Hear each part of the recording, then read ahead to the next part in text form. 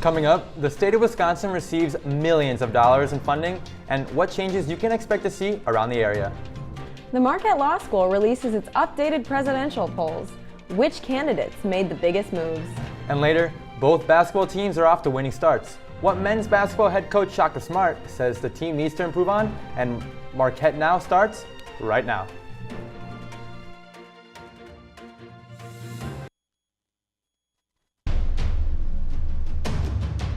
From the Jeannie Hayes Virtual Studio, this is Marquette Now. Hello and welcome to Marquette Now. Today is Wednesday, November 8th, and I'm Gabriel Cicerica. And I'm Catherine Loren. So great to have you with us. Let's head over to the law school. We begin tonight with breaking news. We're getting an updated look at the run for the Oval Office in 2024, as we're just 1 year away from the presidential election. The new Marquette Law School polls have just been announced for the 2024 presidential race. That's right. We're seeing some movement amongst the leading candidates. But the least surprising news of the day, the leading candidates, Joe Biden, Donald Trump, and Ron DeSantis, are all polling as unpopular amongst Wisconsin voters that were polled. Republican Nikki Haley was also polled amongst voters and was more well-liked, but is relatively unknown still. This could play to Haley's favor. The answer is we don't like any of these people. But we don't like Nikki Haley less than we don't like the other three candidates. Not too much surprise there, Kate. And since the last poll, Donald Trump has gained 7 points amongst registered Republicans in Wisconsin. Meanwhile, Ron DeSantis has lost 12 points. Nikki Haley has increased just a bit by 8 points. But keep in mind, little to no campaigning has been done in Wisconsin, and expect more as we get closer to the primary in April. It's really her superpower. People don't know much about her. They know she's a Republican when we ask the question. At the very least, she's not Donald Trump, and she's not the somewhat similar Ron DeSantis. Looking at state issues, what stands out is that 62% believe that the state is on the wrong track, which has remained steady since even before the pandemic. But putting the state on the right track, Kate, students on the east side of campus will begin to see progress get underway on the new Iron District Stadium as it receives funds from the state of Wisconsin. Executive news producer Andrew Hubbock joins us live from the newsroom for more. Andrew? That's right, Gabe and Kate. The Iron District Stadium was officially announced about a year ago at this point, and though we've seen some progress on the site with the demolition of an old Ramada hotel and essentially just the moving of some dust, progress has been slow. Back in June, funding for the stadium was a casualty to cuts by Republican legislators in Governor Tony Evers' state budget proposal. However, this time around, the money will be provided by the Biden administration through their American Rescue Plan Act. $9.3 million have been allocated to the soccer stadium. Those in the area around the stadium should expect to see more action around the construction site, as the Milwaukee Pro Soccer team still expects to start play in 2025. And for those not familiar with the U.S. soccer season, that would be in March, early on in the year. Marquette's soccer and lacrosse team should be able to start play in the stadium by then as well. Guys? And that all sounds exciting. Thanks, Andrew. But what else can those in the area expect to pop up in the Iron District? We'll expect a whole lot more than there is right now, that's for sure. It's a bit of a dead zone right now between the campus and a more revitalized area towards the 3rd Street Market Hall and the new Milwaukee Tool headquarters. In addition to the stadium, the most recent plans are a new hotel, a concert venue in conjunction with the Pabst Theater Group, and new apartments, which are actually being constructed right now across Michigan Avenue from Straz Tower. Andrew, will there be any other changes in Milwaukee with the Biden administration's American Rescue Plan Act? Yeah, Kate. So one other interesting change locally here is just north of here, the Bronzeville Center of the Arts received $5 million to build a new African-American arts and cultural facility on the site of what used to be a Wisconsin Department of Natural Resources office that has since closed. Also throughout the state, over $36 million have been allocated as Governor Tony Evers hopes to boost the state's economy in the long term. Well, Andrew, we'll have to see how the long-term effects of these new projects play out throughout the years. But that soccer stadium is definitely something for students to look forward to, with play still scheduled for just over a year away. Thank you to Andrew Hubbock, Executive News Producer at the Marquette Wire. And we're now reaching the 1 month mark since the start of the Hamas and Israel conflict. To recognize 1 month, the Marquette community joined together in a candlelight vigil. President Lovell and Provost Kimo Ayun were in attendance along with other students, faculty, and staff to reflect and pray. There were representatives from multiple religions at the vigil along with Jewish and Muslim scripture. Marquette accepts everyone, whether you're Muslim or Jewish or Christian or Hindu or Buddhist, all are welcome here. And resources are available to those seeking support through student wellness and health promotion and campus ministry. They are being targeted because they are Jewish or Muslim. If they are hearing anti-Semitic language or anti-Muslim language, that is not okay. And it is super important to understand that bias reports are encouraged for those facing discrimination. Well, we were hit with some much welcomed warmer weather this past week, with temperatures even making their way up to 70 degrees here in Milwaukee. The temperature has gone down a bit to what we'd expect for this time of year. That's right. Joining us now is Zoe Shurik. Zoe, there's no way we're going to continue seeing the warm weather, right? Kate, it's going to be hard to believe, but our spell of unseasonably warm weather actually isn't over quite yet. I think we're done with the 70s, but looking for a couple of warm days coming up with temperatures ranging in the 60s. Take a look at our forecast now. Outside at this hour, it is cloudy. The temperature is settling in at around 49% humidity, and it is sitting at about 94% with the rain that we've been seeing. But only a 25% chance of rain as the majority of the storm has seemed to pass through Milwaukee. The southwest wind is steady at 16 miles per hour onto the state overnight lows. Up north, we see temperatures hitting down into the low 20s, with Superior at 30 with the max rain and snow, along with Minocqua with those same conditions. Just a bit warmer at 38. We're dodging some of the snow here in the southeastern Wisconsin with a low tonight of about 41 degrees. Now let's look at our state highs tomorrow. Southwest Wisconsin comes in with Eau Claire at 46 and La Crosse hitting around 50, but expect a bit of a breeze to come out and affect that. Meanwhile, Madison's high sits at 51 and Milwaukee just barely warmer at 52.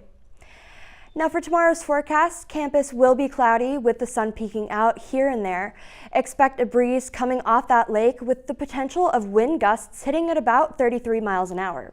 We will have an average temperature of about 52 degrees, but it might not feel like that. With the wind blowing in, humidity will be around 63% with little to no chance of rain. Last but not least, let's check our extended 5-day weather forecast. Conditions are going to be a lot of the same that we have seen throughout the next few days, a good balance between the clouds and some sun temperatures fluctuating between the mid 40s and 50s. We still will see some of the 60 degrees and sun as we move further into next week. Now don't go anywhere. We are coming up fresh off of Election Day yesterday. What issues are top on voters' minds across the country as we head into the 2024 presidential election? Patriotism.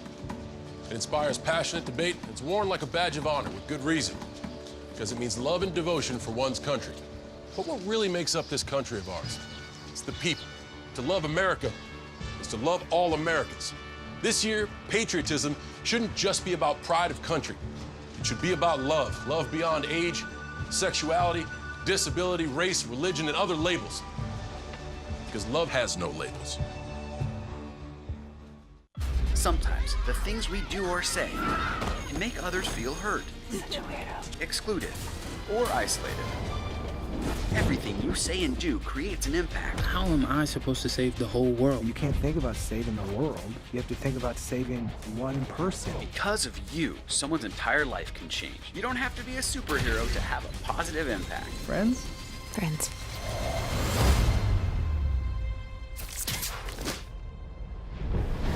Have you ever seen somebody treated unfairly because of the color of their skin? Do you guys know what it means to have white privilege? What is racism and what do you think about it? Talk to young children about what racism is, giving them the language to understand it. They can be disruptors. They can shape and shift culture. We may not always know the answer, but we'll try and help you learn. You don't have to have all the answers, but that doesn't mean we can't start.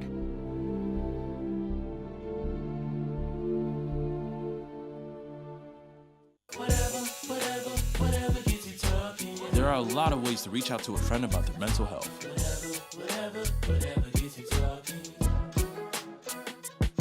Learn how you can help at seizetheawkward.org. What are you looking for?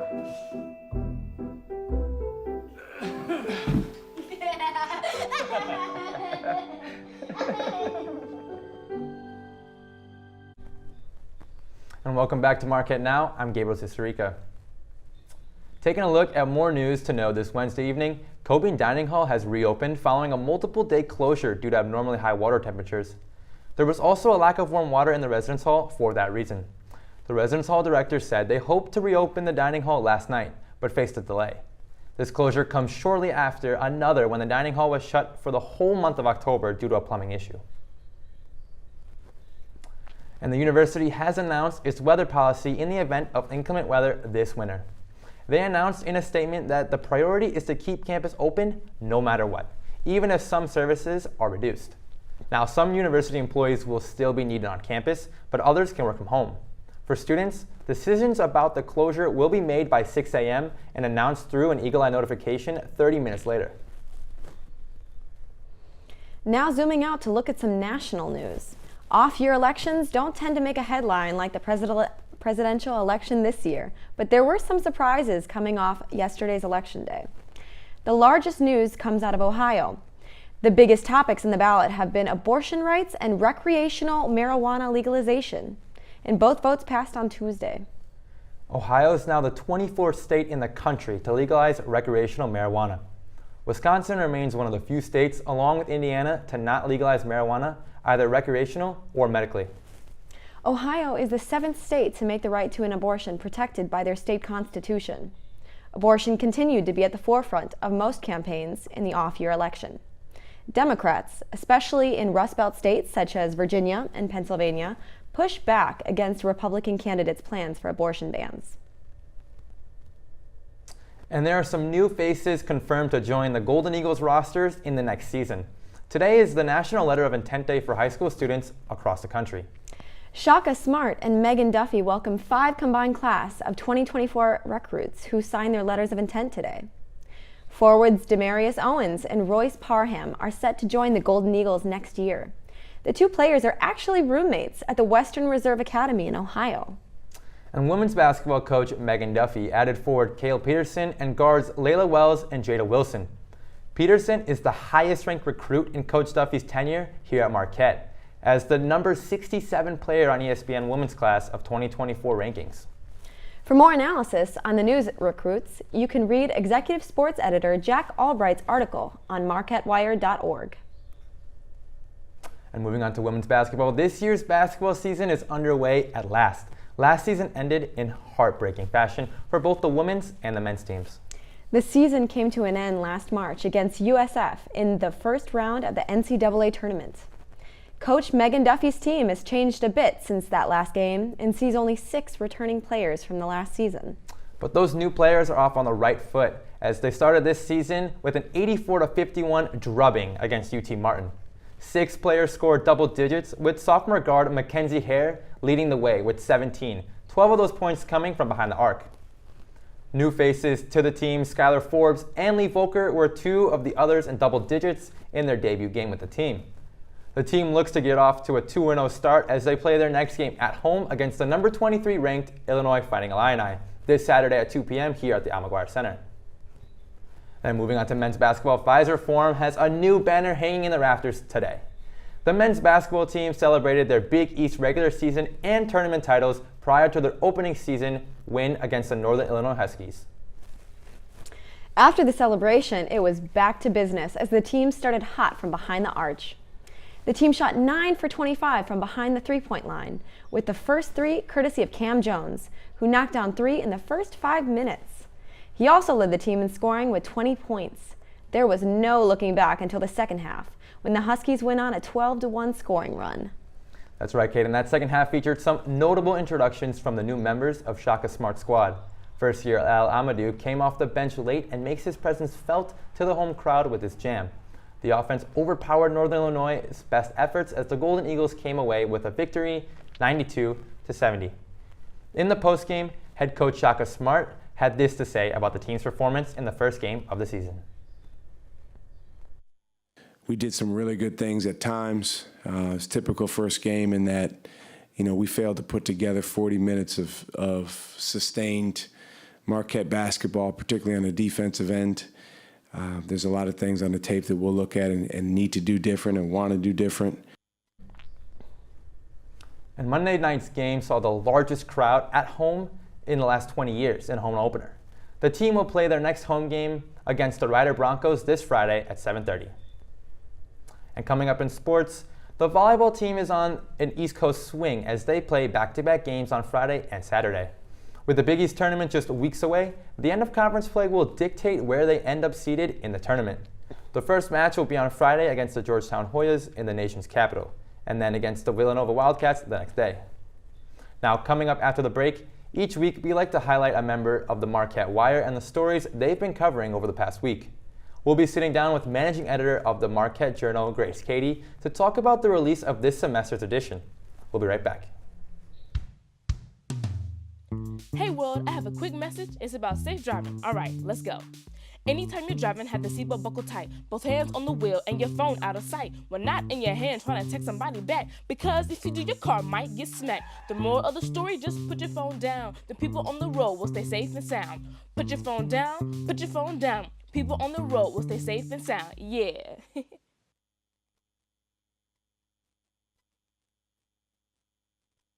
Roll over. When you adopt a shelter pet, you discover all the things that make them unique. And your mother. They're a little bit of a lot of things, but they're all pure love. Every day, millions of people are connecting. Father, cosplayer, mentor, actor. It's time we take a step forward, come together, and discover how accepting our differences can make us stronger. And welcome back to Marquette Now. As we mentioned, each week we like to highlight a member of the Marquette Wire and what they've been working on over the past week and beyond in our Down to the Wire segment. That's right. Tonight we are joined by managing editor of the Marquette Journal, Grace Cady. Grace is coming off of the release of the Fall 2023 Journal, Written in the Stars. Grace, thank you so much for joining us. Yeah, thank you guys so much for having me. Now, Grace, as we just mentioned, the new journal edition, Written in the Stars, was just released. Tell us about the theme and what we can see from this past semester's journal. Yeah, so this past semester the theme was Written in the Stars, and it was about the way that the stars serve as both a connection point and a guiding light for people. So it's really about the way we connect to the world, ourselves, and each other. And what's really beautiful about that is it serves as a starting point for a lot of stories.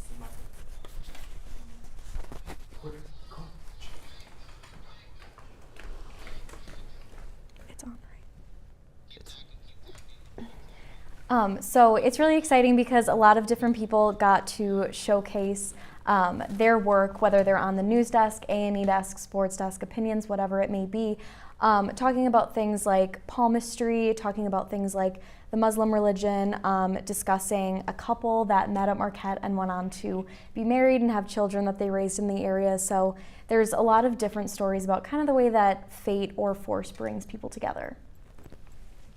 Absolutely, and it was a multiple-month process from the concept phase to getting the journal published. What did that process look like along the way, Grace?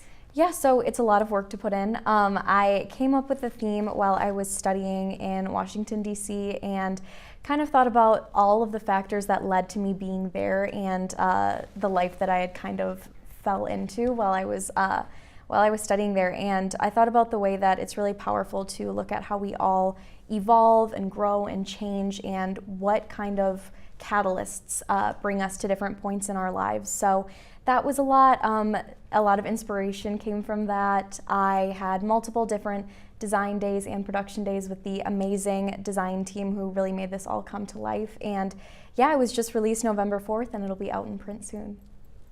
And you know, Grace, I know you can't quite pick favorites, but if you had to, what are some of the most memorable stories that were published? Yeah, I mean, definitely can't choose favorites, but some that I would love to highlight are Sophia Cortez did Reading Between the Lines. She's an A&E reporter, and it looked at the history and the evolution of palmistry, and I learned a lot that I never would have known before. I loved Imagine If We Never Met by Trinity, who is a news reporter, which is about that couple I referenced before that met at Marquette, and it had a lot to do with the invisible string theory, how sometimes people will be right in front of you, but it could have been a near miss and your life would have been totally different. I loved Kaylin Wright on the sports desk, her story called Mental Health Matters, about the way that student athletes can use this app NeuroFuel to guide them, keep them motivated, keep them grounded. It's always a really important conversation and dialogue to have about mental health and student athletes. And I also really love Joseph Schomburg, his opinions piece called The Road Less Traveled, where he talked about kind of falling out from the Catholic religion, but respecting people that continue to lead in their faith and how we all need different vices and need different directions in our life. All of that sounds fascinating. In addition to many of the articles and multimedia stories, we saw multiple photo shoots by the Marquette Photo Desk. Tell us more about these shoots and the vision you had behind them. Yeah, so one of them was what's lovingly referred to by the photographers and myself as the Beach Moon photo shoot. Katie Kiefer Forster and I headed down to Lake Michigan one night after an all-staff meeting and got some shots of the city lights, the water, the stars, the moon, and they turned out really beautifully. You can see some of those photos featured in the magazine. We also did a fashion shoot, which ended up being kind of a quick turnaround. It was supposed to be shot outside. It was raining. We ended up shooting it in the basement in the black box room, but it really brought the photos to life because the background being so simplistic let the models really shine. And we had some models that were from the Marquette Wire, some that were just other students at Marquette University, and they all killed it. They did a great job coordinating, showing their personalities, and we love that element of the journal. Absolutely, Grayson. I know there's a lot to talk about from the last semester, but looking ahead, what can you tell us about the spring edition? A lot, actually. So it is really exciting. Next semester is going to be playing with fire, and we are going to kind of use that elemental basis to bring in reds, maroons, oranges, deep purples, and do some really cool things with photography. As we just talked about, we're going to do some film photos, some work with fire itself in a contained way. And the stories are going to be a lot about pushing boundaries and testing limits, and it's going to be out the way that we can all be catalysts for change in a positive way. So there's going to be pieces about protest, about climate change, political pieces. I'm so excited because there's going to be some really sensitive subject matter or things that, like I said, push boundaries and test limits, but things that are really important to showcase and also really empower students to make a positive difference. And I'm really excited. It'll be my final journal and the last thing that I really do as a student at Marquette University, and I can't wait for all of you guys to see it. We cannot wait either, Grace. Thank you again to Grace Katie, the managing editor of the Marquette Journal, and congratulations once again on the release of this semester's edition. Once again, the journal can be read right now online at marquettewire.org, and it will also be released in print and can be found on newsstands around campus soon. Still to come, as the holiday season approaches, the Marquette community gets ready to celebrate holidays from communities around the globe. What events you can attend? We'll be looking ahead when Marquette Now returns.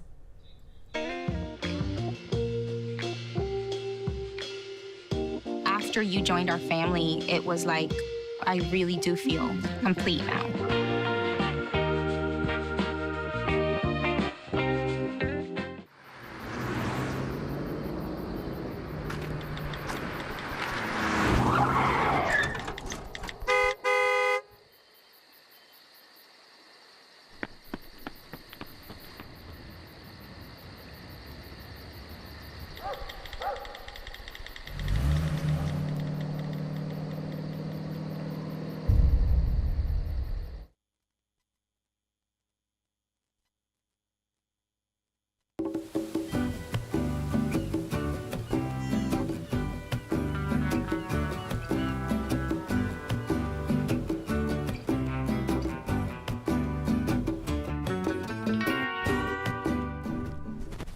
Welcome back. Here's a look at the events that you can attend to look forward to this week. We're now just days away from Marquette Radio's annual fall concert, this year with a fresh new name. The concert, known last year as Ring It Out, will be held this Friday in the Sports Annex. Attendees can enjoy 4 different Wisconsin-based acts throughout the night. Lake Waves Trio, H. Kane, Killer High Life, and Superglue are all scheduled to perform. Doors open at 6:30 p.m., and the show will begin shortly after 7. The concert will be broadcast in its entirety here on Marquette University Television. And if you want more for your campus music fix, another MUTV broadcast at the Golden Blues a cappella concert. The co-ed a cappella group will be hosting their fall concert Saturday at 7 p.m. If you can't make it in person, the concert will be streamed in its entirety right here on Marquette University Television YouTube channel. Diwali, also known as the Festival of Lights, will be celebrated this Saturday night. The Indian Student Association will be hosting an event in celebration at the AMU ballrooms. The event starts at 7 p.m. and includes food, a DJ, henna, and performances from Bollywood Fusion and the MU Bhangra dance group. And Marquette's annual Make a Difference Day will take place this Saturday from 9 a.m. to 12:30 p.m. Make a Difference Day is a one-day citywide service event that prioritizes helping older homeowners in the Milwaukee community and helping them prepare their homes for the winter season. With the help of the Milwaukee community, these individuals are able to stay independent, healthy, and secure for the cold months ahead. And the Marquette Theater will present All in the Timing. It's a combination of 6 short comic plays this Friday evening at the Evan P. and Marion Helfair Theater. Tickets are available for purchase through the Marquette Theater ticketing webpage or by scanning the QR code shown right now on the screen. The show will be featured until Sunday, November 19th. But don't go anywhere. It's been a rainy day across campus today. Is the rain going to stick around? We'll have the weather for your morning tomorrow, and we'll be right back. So, I just moved in with this family, and it's embarrassing. The little one, he likes to go outside and crawl around in the giant litter box. I don't know what he's doing. I mean, I was born and I knew how to use the litter box. Look at that. That's disgusting. Oh, poop already. You're making me nervous. Oh, okay, I can't look at this anymore. I really hope he grows out of this, for his sake. After 15 years of smoking, Eva Marie quit. There's a new lung cancer screening that could save her life. You stopped smoking. Now start screening. Learn more at savedbythescan.org. And welcome back. Before we go, we want to take just one more look outside with Zoe Shurik. Zoe, what are we thinking? Keep the umbrellas or ditch them when we go out tomorrow morning? Well, fortunately, you can probably ditch the umbrella, Gabe. That rain that we saw today looks like it's over and done for. Right now, we are looking at a mostly cloudy evening with a low of 47 degrees. It's still looking a bit gusty out there following the storms, and there is little to no chance of rain at the moment. Tomorrow morning, as you head out to class, it's pretty much the same. The sun will be peeking out with a high of 49 degrees. It'll be feeling a bit humid out there and a tiny 4% chance of rain. Keep an eye out on those wind gusts tomorrow. We could be seeing some spiking up at a bit of 33 miles per hour. We should see a streak of warmish weather continue for the next week or so, and then it might start to cool down a bit more. That's all for Marquette weather tonight. Back to you two at the desk. And coming up weekly on MUTV, our scheduled shows wrap up for the week. Tomorrow, join hosts Leah, Brian, and Celia for a new episode of Marquette Lately. And MUTV isn't done for the week just yet, with 2 live broadcasts of the Marquette Radio Autumn Rhythm Concert Friday evening at 7 and the Golden Blues a cappella concert on Saturday evening, also at 7. Next week, we'll be back to our weekly schedule with another episode of GESR on Tuesday and Marquette Lately again on Thursday. And of course, join us again next Wednesday at 7:30 p.m. for another episode of Marquette Now. Until then, check out marquettewire.org for more up-to-the-moment campus news. And thanks again for joining us from the Jeannie Hayes Virtual Studio. I'm Gabriel Sisterica. And I'm Catherine Loren. We'll see you next week. Until then, good night, Marquette.